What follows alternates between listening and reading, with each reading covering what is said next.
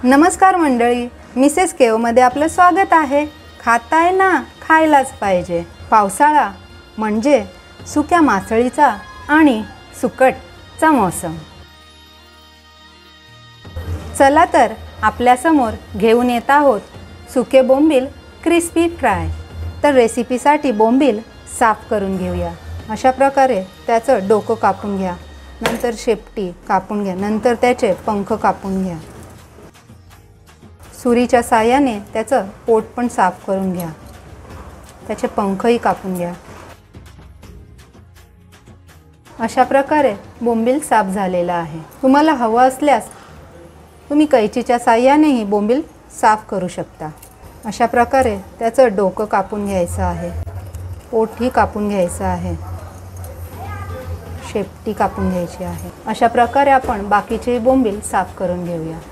Crispy फ्रायसाठी बोंबील साफ करून तयार आहेत। आता या बोंबलांना साफ आणि नरम करण्यासाठी 10 ते 15 मिनिटं साध्या पाण्यात भिजत घालूया।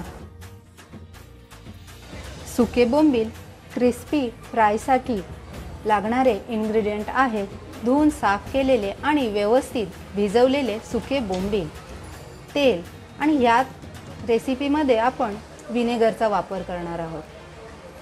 केओची काश्मीरी पावडर, केओचा अस्सल पारंपरिक पोळी मसाला, केओची हळद पावडर आणि चवीपुरता मीठ। रेसिपीसाठी बोंबील ठेचून घेऊया।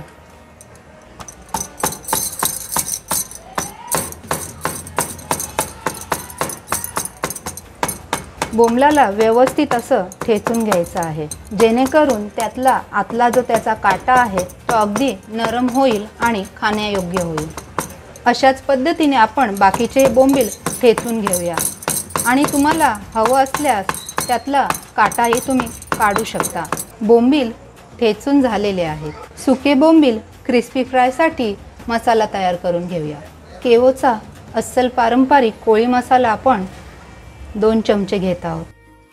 अर्धा चमचा काश्मीरी पावडर घेत आहोत। केओची हळदही अर्धा चमचा घेत आहोत। चवीपुरता मीठ घेत आहोत। आता या मसाल्याला आपण व्यवस्थित मिक्स करून घेऊया।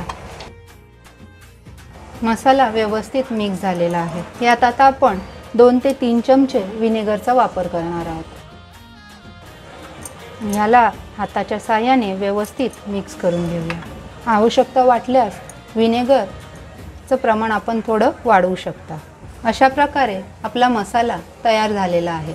चला तर बोंबलांना मसाला लावून घेऊया। अशा प्रकारे मसाला पूर्ण बोंबलाला व्यवस्थित लावून घ्यायचा आहे। अशा प्रकारे सर्व बोंबलांना मसाला लावून झालेला आहे। आता याला मॅरिनेशनसाठी 10 ते 15 मिनिटं बाजूला ठेवून घेऊया। चला तर रेसिपीला सुरुवात करूया।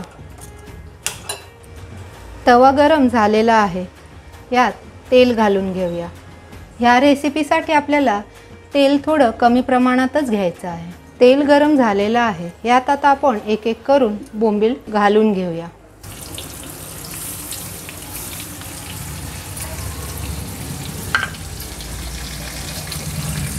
आवश्यकता वाटल्यास हलकं तेल घालून घेऊया। बोंबील आता आपण फिरवून घेऊया।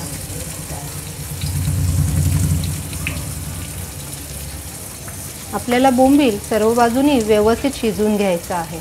बोंबील क्रिस्पी फ्राय तयार झालेले आहेत।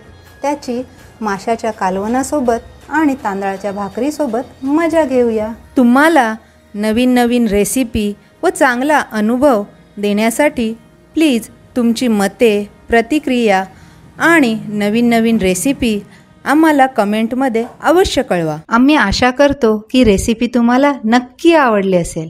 तरी तुम्हाला ती कशी वाटली प्लीज आवर्जून कळवा। धन्यवाद।